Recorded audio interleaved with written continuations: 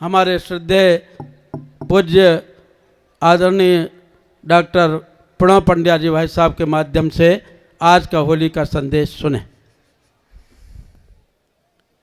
परम पूज्य गुरुदेव और परमवंदनीय माता जी की सूक्ष्म उपस्थिति में यहाँ बैठे सभी देवतुल्य भाइयों, देवी स्वरूपा बहनों, शक्ति स्वरूपा माताओं, आज होली का पावन पर्व है। ये फाल्गुन मास की पूर्णिमा को मनाया जाता है, जो आज मनाया जा रहा है।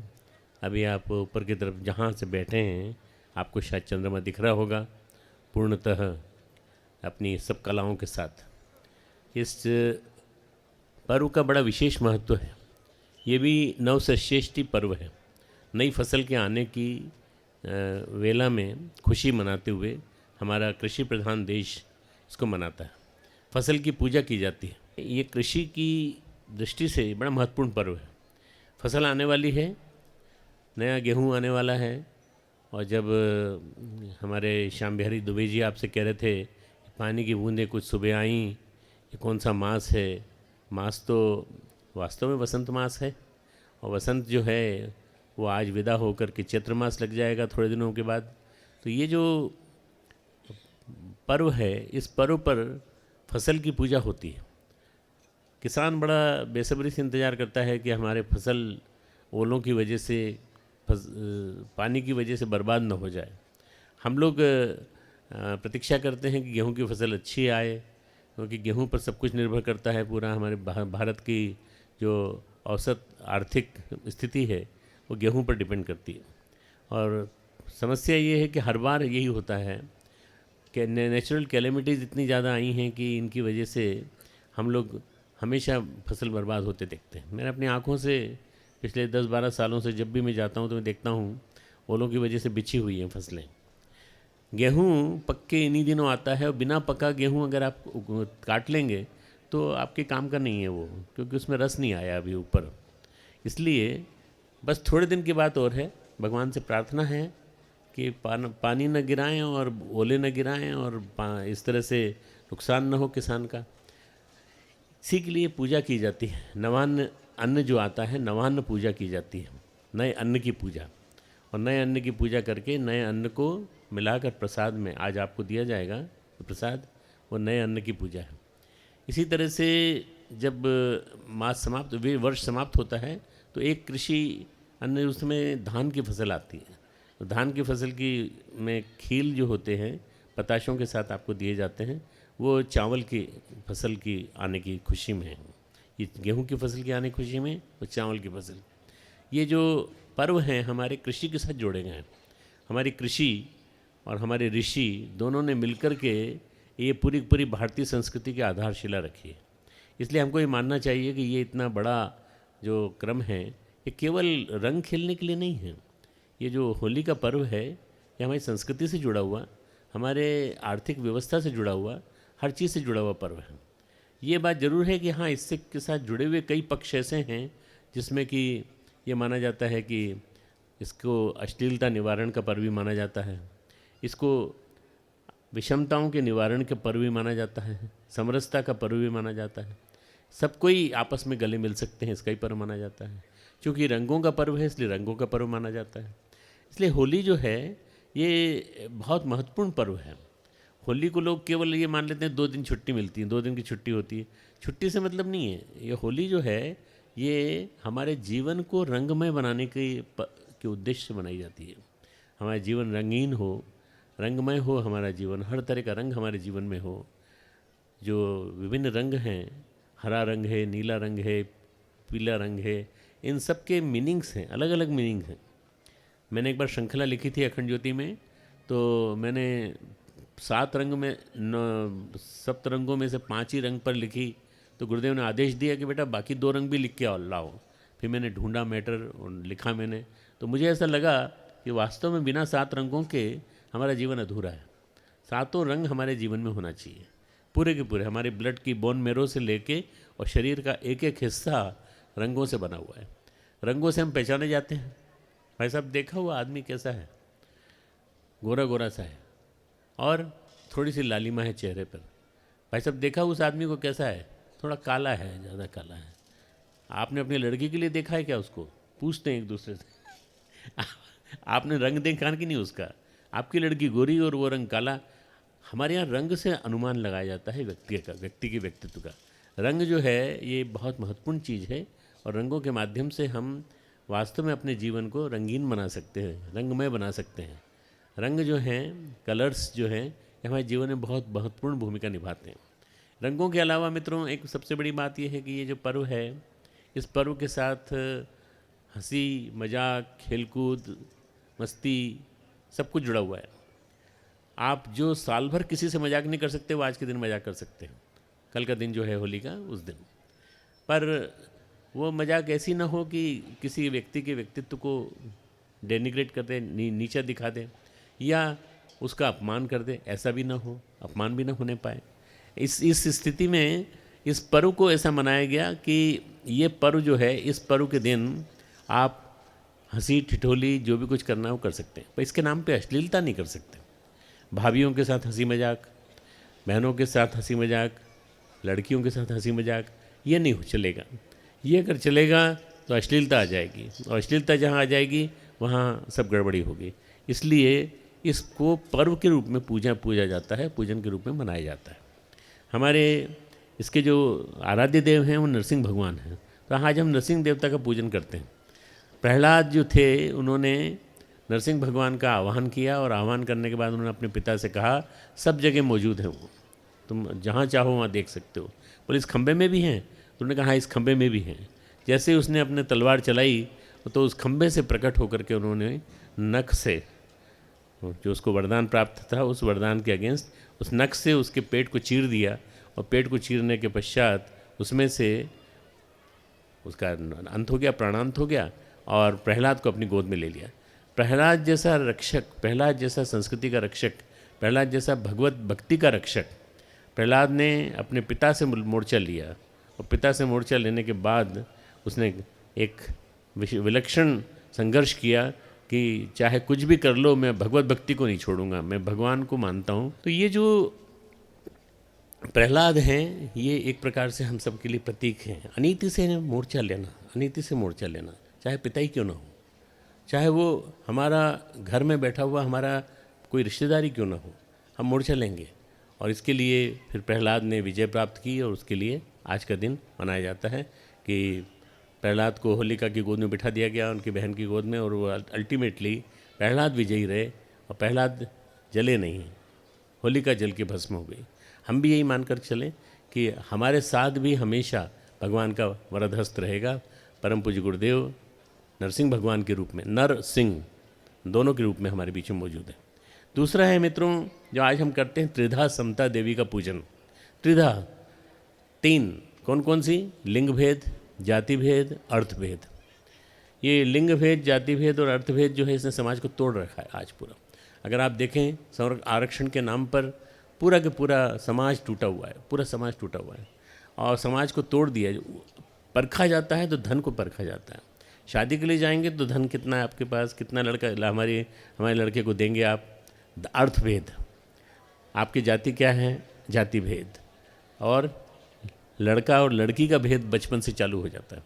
ये जो चालू हो जाता है इसकी वजह से हम अपनी लड़की के साथ जो है वो करते हैं, भेद करते हैं और लड़के को ज़्यादा प्रधानता देते हैं।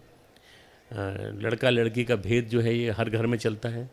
आज भी इस 21वीं सदी में भी जब हम देख रहे हैं कि लड़कियां आसमान चूम रही हैं, जिस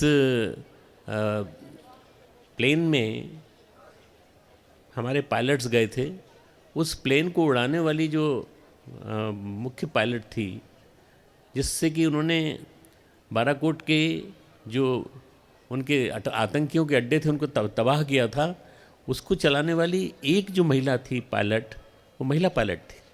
और मित्रों ये महिला पायलट जो थी इसकी वजह से हमको नारी शक्ति के ऊपर गर्व होता है कि नारी शक्ति ने हमारे देश की उस विमान के बेड़े को संचालित किया जिस विमान के बेड़े ने पूरी तरह से तहस नहस कर दिया पाकिस्तान की सारी सुरक्षा। एटम बम लिए बैठा है, बार बार कहे जा रहा है हम एटम बम छोड़ देंगे तो कुछ नहीं कर पाएगा इंडिया। अरे कुछ नहीं कर पाएगा, तुम एटम बम छोड़ ही नहीं सकते, उसके पहले हम तुमको नष्ट कर देंगे।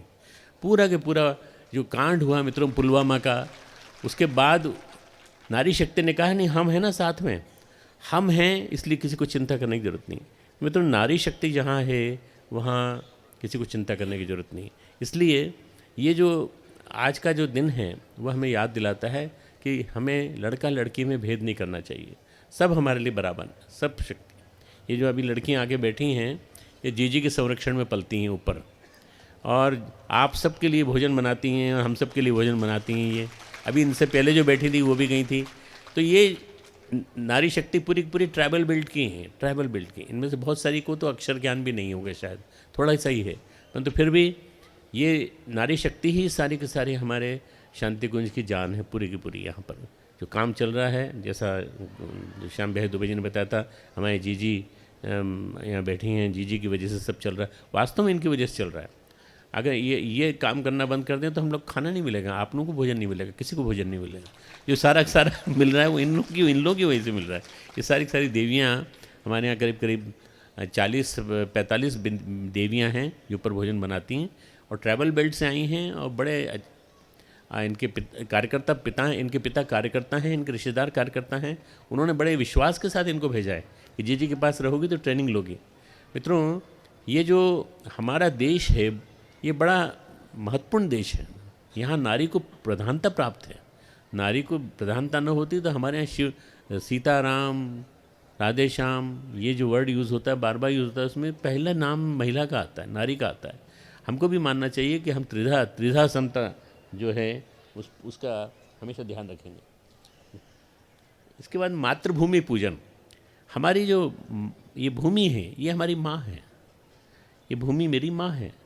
और हमारे देश के गद्दार लोग ये कहते हैं कि हम इस भूमि को हम नहीं कह सकते, हम प्रणाम नहीं करेंगे अपनी भूमि को, तो जाओ पाकिस्तान जाओ, यहाँ से भाग जाओ, यहाँ से जब हमारे देश में रह कर के भी तुम नहीं कर सकते तो फिर क्या फ़ायदा। भारत माता की जय, भारत माता की जय। भारत माता की जय कहने में आपको शर्म आती है? आपको भारत को माँ की उपाधि दी गई है, इसलिए भारत माता की जय। मित्रों, ये जो 3-4 महत्वपूर्ण, इसके साथ क्षमावाणी यूज़ किया जाता है, एक शब्द और, क्षमावाणी। हम क्षमा मांगते हैं, हम जितने भी लोगों से हमने कोई गलत बोला हो उनसे हम क्षमा मांगते हैं। ये सारी की सारी चीज़ें इसके साथ जुड़ी हुई हैं। होली का पूजन जो है ये अपने आप में एक शिक्षण है, पूरा शिक्षण है मातृ देशभक्ति का, नारी की शक्ति का, मातृभक्ति का, और हमारे देश के लिए एक सभी के लिए जानने योग्य लेसन है। मैं समझता हूँ कि ऐसा पूजन लगभग सभी जगह जहाँ जहाँ होली जलती है वहाँ होना चाहिए। वहाँ क्या है, बस केवल वो रंगों का पर्व बनता है और होली में आग लगा देते हैं, बस, और कुछ नहीं।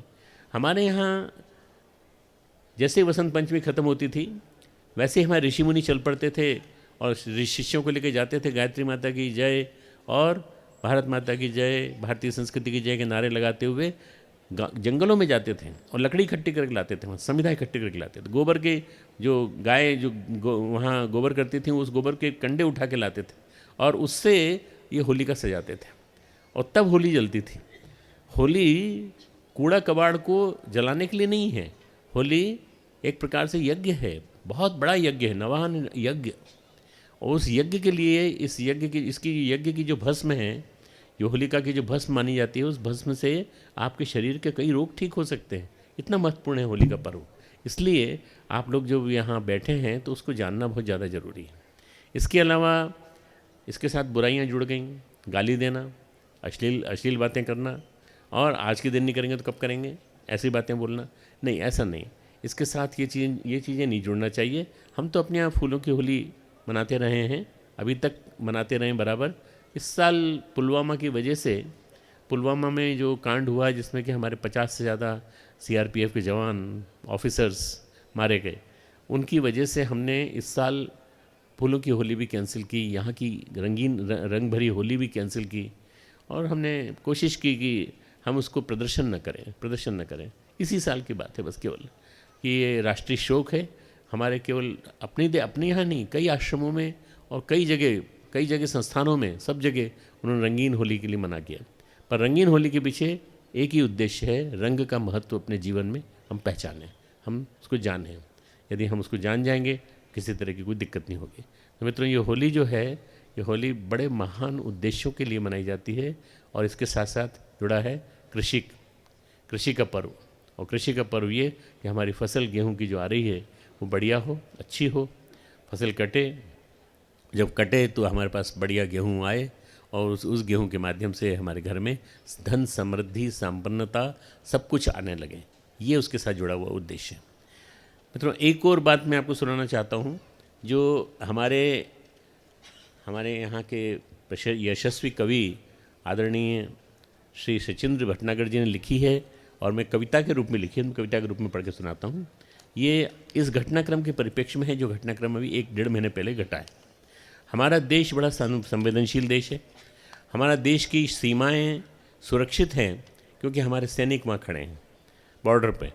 हम यहाँ सोते हैं घरों में आराम से ताकि हम अपने घर की रक्षा कर सकें, हम घर के अपने साधनों की रक्षा कर सकें। वो किस वजह से? अपने सैनिकों की वजह से। अगर हमारे सैनिक न होते, वहाँ खड़े न होते और वह हमारी रक्षा नहीं कर रहे होते सीमाओं की, तो शायद हम नहीं कर पाते थे। मित्रों, ये हमारे सैनिकों की वजह से हम लोग जिंदा हैं। हम लोग भारत की भूमि को अक्षुण्ण बनाए हुए हैं। गीत मैं गा रहा हूँ, मैं सुना रहा हूँ आपको। अब की बार न होली गुजरे केवल हंसी ठिठोली में। इसमें संदेश है, हंसी ठिठोली में न गुजरे ये होली। अब की बार न होली गुजरे केवल हंसी ठिठोली में, देशभक्ति के रंग घुले हों रंग बिरंगी होली में। देशभक्ति के रंग घुले हों रंग बिरंगी होली में। केसरिया में वीर शिवाजी की तस्वीर उभर कर आए, रजत रंग में रानी झांसी की तलवार चमक जाए, लाल रंग में कुर्बानी दिखे जांबाज जवानों की, मुख पर पुता गुलाल दिखाए याद हमें बलिदानों की।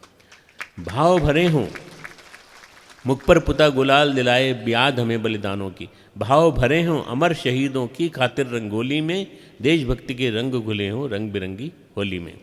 रंग सुनहरा देख आचरण खरे स्वर्ण जैसा निखरा। अगर किसी का रंग आपको सुनहरा दिखता है तो उसको देख करके आपके मन में आए कि हमारा आचरण भी ऐसा स्वर्ण जैसा होना चाहिए। हरी हरी धरती सा मन में जनमंगल के भाव भरे, नीला नील गगन सा सबको गले लगाने वाला हो, रंग बसंती जो हम पहने हुए बैठे हैं, आप पहने बैठे हैं, रंग बसंती मन में नई उमंग जगाने वाला हो। बलिदानों के गीत सजे हों हुरियारों की टोली में, देशभक्ति के रंग घुले हों रंग बिरंगी होली में। जो सतर्क रहकर सीमा पर सतत जागते होते हैं, ये सुनिएगा विशेष रूप से, जो सतर्क रहकर सीमा पर सतत जागते होते हैं, उनके कारण हम रातों में नींद चैन की सोते हैं। उनके कारण वो तो जागते रहते हैं। आपको याद होगा लता मंगेशकर ने जब गीत गाया था कि जब हम सो रहे थे तब इन लोगों ने हमारी जान बचाई। वो जब ए मेरे वतन के लोगों तुम याद करो कुर्बानी, हमारे पूरे हिमालय को घायल कर दिया था चाहे चीन ने। अभी हम चीन और पाकिस्तान दोनों तरफ से दुश्मनों से घिरे हुए हैं। समुद्र की सीमा जो है ये भी बड़ी संवेदनशील है, इधर से भी कोई आ सकता है। इसलिए हमें अपने देशभक्ति को याद रखना है आज के दिन। जो सतर्क रहकर सीमा पर सतत जागते होते हैं, उनके कारण हम रातों में नींद चैन की सोते हैं। उनके कारण फसल लहलहाती खेतों में खलिहानों में, चहल पहल दिखती मंदिर घाटों बाजार दुकानों में। उनके लिए भरी श्रद्धा हो सदा हमारी बोली में। हमारे अंदर श्रद्धा होनी चाहिए, भगवान के प्रति तो होनी चाहिए, पर देश के प्रति हो चाहिए, हमारे राष्ट्र के प्रति होनी, राष्ट्र देवता के प्रति होनी चाहिए। देशभक्ति के रंग घुले हों रंग बिरंगी होली में। लास्ट है, अंतिम है, हम जो कुछ भी करें देश की आन बान का ध्यान रखें। हमारा आचरण ऐसा ना हो कि देश की आन बान को तोड़ता हो। हम जो कुछ भी करें देश की आन बान का ध्यान रहे। घर बाहर हर जगह हमारा लक्ष्य राष्ट्र निर्माण रहे, जिसके लिए गायत्री परिवार समर्पित है।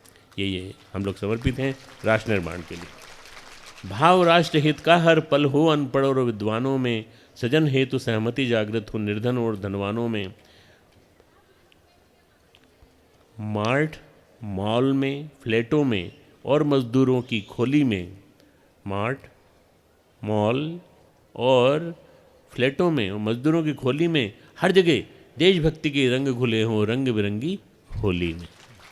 ये गीत है हमारे सचिंद्र भटनागर जी का लिखा हुआ, सामयिक है, बिल्कुल आज ही लिखा है उन्होंने और आज ही उन्होंने दिया है। तो मैं इस होली को सुनाना चाहता था इस होली पर, ताकि आपको पता चले किस लिए हम होली मनाते हैं। हम होली मनाते हैं अपने राष्ट्र की रक्षा के लिए। हम होली मनाते हैं राष्ट्र को संस्कृति का पाठ पढ़ाने के लिए। हम होली मनाते हैं युग निर्माण की, परम पूज्य गुरुदेव की जो पूरी की पूरी उनकी विचारधारा है, उस विचारधारा में सबको रंगने के लिए।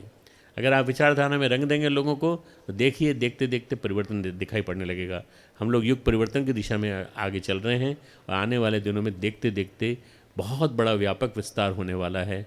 2026 में वंदनीय माता जी की जन्म शताब्दी मनाई जाएगी।